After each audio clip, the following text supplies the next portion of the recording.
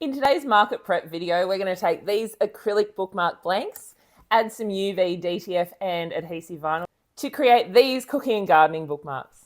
Let's make this. So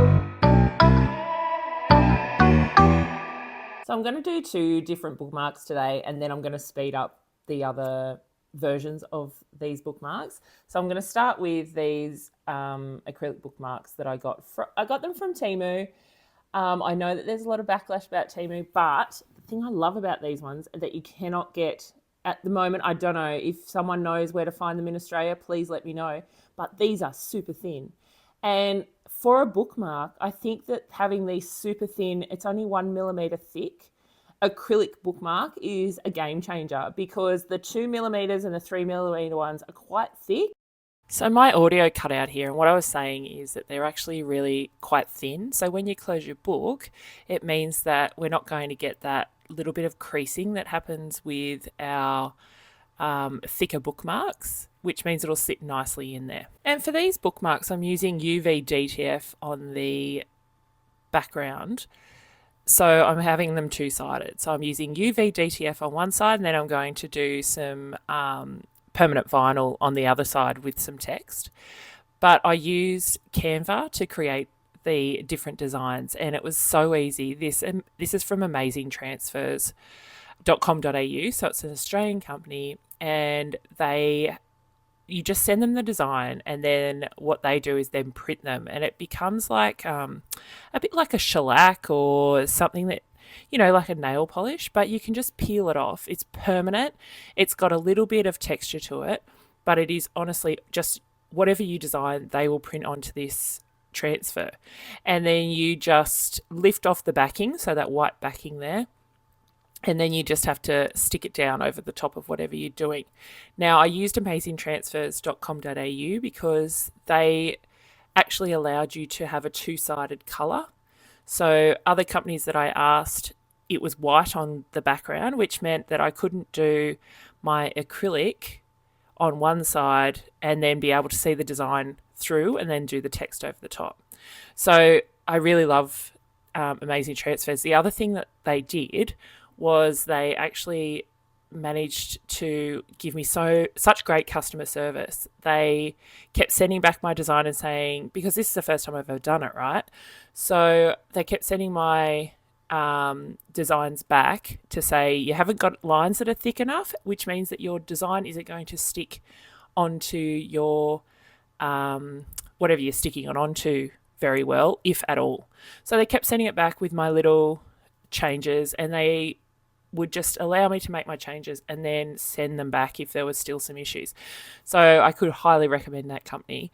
So what I'm going to do is I'm going to put the design on one side, and then I have cut out a few little sayings. So I've got 4 that are going to be cooking based, and I've got 3 that are gardening based. So I'm going to go through that process now. I'm really sad that my audio didn't work because I am so enthusiastic about this product. It's really annoying me. So now I'm just going to show you how I do it. So my acrylic bookmark, it comes with some protective film. So I'm just going to remove that. And then all I need to do then, and I'm not going to wipe it down because I feel like the UV DTF isn't as finicky as our permanent vinyl or our adhesive vinyl. And then all I need to do is remove the white backing from my UV DTF transfer. So it's a little tricky, probably better if I had nails, but it's just like our transfer tape that we use if you're a cricketer. It's just like the transfer tape. It's just a little bit thinner, but it's a little tricky to lift off the edge. And then all I need to do is then line it up. Now, I've created the French stripe where the middle stripe, so the thicker one, actually goes in line with the hole at the top of my bookmark. And so you can see how it's all like just clear, and it's just like I've put a vinyl on the back of my transfer tape. So it's actually really really easy to use if you are a cricketer, because it's something very familiar. And then all I'm going to do is I'm going to line that middle stripe up with the top of my bookmark. And I've put my backing tape back down underneath just because I want to be able to line it up first before I commit to the actual press, because these are very permanent. So only way to remove them is using a heat gun, and I tried this process because I did muck up a few of these when I was playing around, and I thought, oh, I read that I can use a heat gun to remove it, but it's really tricky, particularly because these are so lovely and thin, these bookmarks. It kind of warps the bookmark, and it will take me longer to remove it than it would to really be bothered to save the bookmark. So I've got a couple that are a little bit askew, but it shows a bit of learning. And then I just use a scraper as I would with applying vinyl. So I'm just going to use a scraper. Now I'm going to use the one with the felt end on it because I am putting it down onto acrylic. I don't actually want to scratch my bookmark at all. So I'm just going to use that felt, and then it will mean that hopefully it doesn't do any damage to my bookmark because I'm pulling it down. I got these from Amazon. I've actually just ordered another set that are wider because I really like to use them when I do my stickers and adding my adhesive laminate to them. So I've got the wider ones as well, but I'm just going to use the mini or the littler one for this purpose. And then it's just a matter of pushing it down and then bringing that white backing out from underneath it. You've got to be a bit careful because it will crack. So it's not flexible as vinyl. So it's kind of like a pretty swift motion. So you've got to pull it and scrape it down. So that's why it's really important that you can that you line it up to start with rather than doing it later. It's not going to move around as well as the adhesive vinyl. And you can see when I look at the other side, just like with permanent vinyl, if you don't press it down properly, you do get some of that bubbling, or you can tell that it's not flat down. And so just to show you, I've scraped that from the top of the bookmark nearly all the way down, and then I've just got to do that final bit of scraping to make sure it's nice and even. I just put a little bit of just put that backing tape back down because I don't want it to stick to the table, because it will. It's so sticky, and it's like you can scrape it off, but I don't really want to scrape it off my table. I use my dining table, so I don't really want to ruin it. So I've just got to do that final little push, and then I'm just going to use scissors to cut that off. I didn't take into account that distance when I made them between the hole and the top of the circle. So, but that's fine. They just cut like vinyl, like it's a little, as long as it's a straight line. I tried cutting it on a curve for something else and it wasn't as good. So straight lines cut quite well. If it's a little bit curvy, it's not as forgiving. It gets a little bit jaggedy, like it is paint. And then it's just a matter of removing that top layer, and you can see, and I wish you could hear it because it's like sticky tape. It's quite stuck to that adhesive. Even that sound where if you put your cover over your Cricut mat on the wrong way and it makes that really horrible ripping sound, well, that's the sound it makes. But you can see I've pressed it down so well because there are no bubbles, there's nothing that you can see. And now it's a matter of putting my text down. So this one's going to say well read, well fed. So all of my French stripe ones are all cooking based, and all of the picture ones are going to be garden based. And just like I normally would with any of my other Cricut projects, just a little bit of transfer tape over the top. I'm using HTVRont Chrome Rose Gold over the top of this, and I've got a silver Teckwrap for some of the other ones. So yeah, just a matter of placing that down. I've removed the protective film over the top of my bookmark And now it's I've got to make sure I don't put my fingerprints all over it. I'm being a little bit more careful than when when I do my tutorials, because I there's a little bit more pressure because I'm doing it for other people. I'm not doing it for myself. So when I'm doing it for the tutorials, it's just a bit more like I like it to look good, and I do really beat myself up a bit when I make it not even or things like that. But now that I've got this hopefully a customer base when I go to these markets, I don't want to be having to stand behind a counter and look at people and go, yeah, no, I made that, and it's not as perfect as I would like it to be. I don't want to be feeling like I'm giving them a subpar product. So you'll notice when I'm doing my market vlogs that I'm just being a little bit more particular about, things like removing the transfer tape and where my fingerprints are going and all of that kind of stuff, so I don't ruin any of my projects and give anyone or try and sell anyone anything that's not to the standard that I would like if I was going to purchase something. It's really quite a interesting feeling doing things for other people, even with gifts for your family. Like people are more forgiving, but because you've given it to them and they can see that you've given it to them from your heart. But when you're trying to sell it to someone, you want it to be as perfect as possible.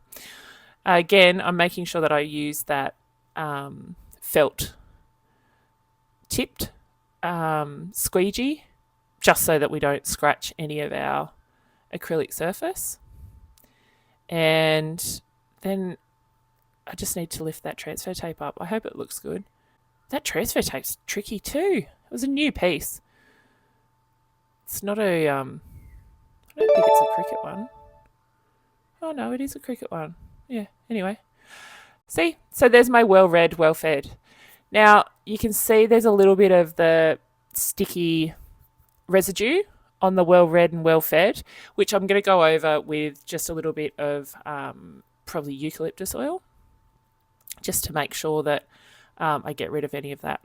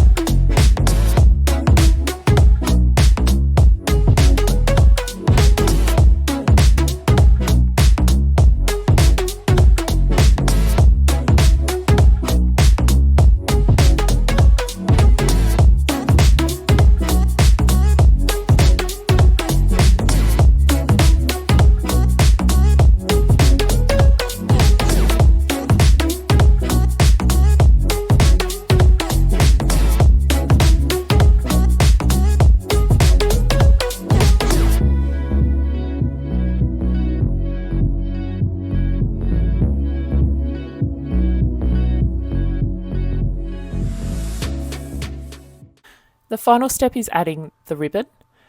Now, to add the ribbon, I'm going to get a length of ribbon that is twice the length of my bookmark. I don't want it to be too short, and I have a tendency to either cut the ribbon too short or too long. So I thought maybe I'll try double the length, because that means not only, hopefully it'll be the right length, but also it will mean that I've got some kind of measurement there, and all of them will be the same and it will be quite uniform. Now I've cut it on a diagonal, so I like that diagonal. It kind of reduces the amount of fraying. And this is where every time I do this, I have to, in my head, go, okay, I've got to go from the back to the front, because if I don't go from the back to the front, I'll get the ribbon around the wrong way, and I want the fold to be at the front, if that makes sense. I want it's kind of like a tie that you put on around your neck. So see how it's now, I've got the front part of the tie at the front. I really like it. I hope people do like these. The French stripe just speaks to me somehow. I don't know what it is. But as a cook, I love those tea towels. So, and I'm going to try and sell these for about $5. I think $5 for a bookmark that's acrylic, it's a nice feel for a bookmark. I think it's well made and I love the colouring. So I'm going to now speed it up and we're going to go through all of the different designs that I've done. So I've got 3 gardening ones and I've got 4 cooking ones.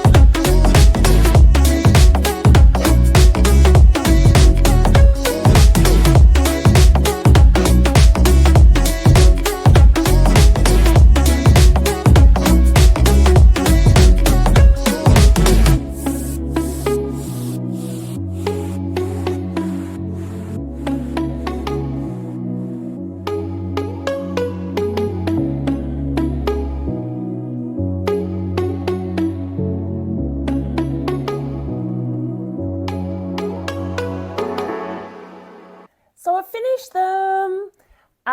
So I'm going to go through each of them. I was going to start with the cooking ones. So the cooking ones, and I'm not sure whether I want to keep the pink here or I'm going to change it to the white. I like the pink because it kind of makes the grey pop a bit, but I'm not sure. Maybe I need to kind of keep that as that kind of colour palette to keep the pastels together. But anyway, we've got Savour Every Page in the grey. We've got Well Read, Well Fed in the blue, and I am going to keep that pink with that one. I thought the white maybe was a little bit too Greek, like a Greek flag. Then I've got Read, Cook, Repeat, and I've got the white tassel on that. See how the light pastel and the white really go well together? But, you know, maybe there's some people out there that, you know, I used to wear pink and grey all the time when in the 80s. Like, that was a colour combo, so maybe I'll just keep it. And then the last one, the 4th one, is Taste the Story, and that's with the orange with the silver writing, and I am going to keep that white. I really like this one. And then with the gardening ones, I've got Tangled in Vines and Tails. Now, you can't really see it when I put it. I need to put it up against something. Yeah. What if I put it up against that? There we go. Tangled in Vines and Tails. And I've got the white on that. I'm going to keep that because I really like the light green and the white. From Petal to Page, and that's with the pink because I've got the pink petals there. And then Chapters of Growth, and I've got the pink because of the pink book. I was going to do white, but then I just changed my mind at the last minute because I thought, well, that kind of tops and tails that bookmark. So I hope you've enjoyed today's market prep. Let me know in the comments below if any of these are something that you'd like or if you've got any other suggestions for some bookmarks I could make. I can't wait to see you next week for another Cricut tutorial. Thanks for watching.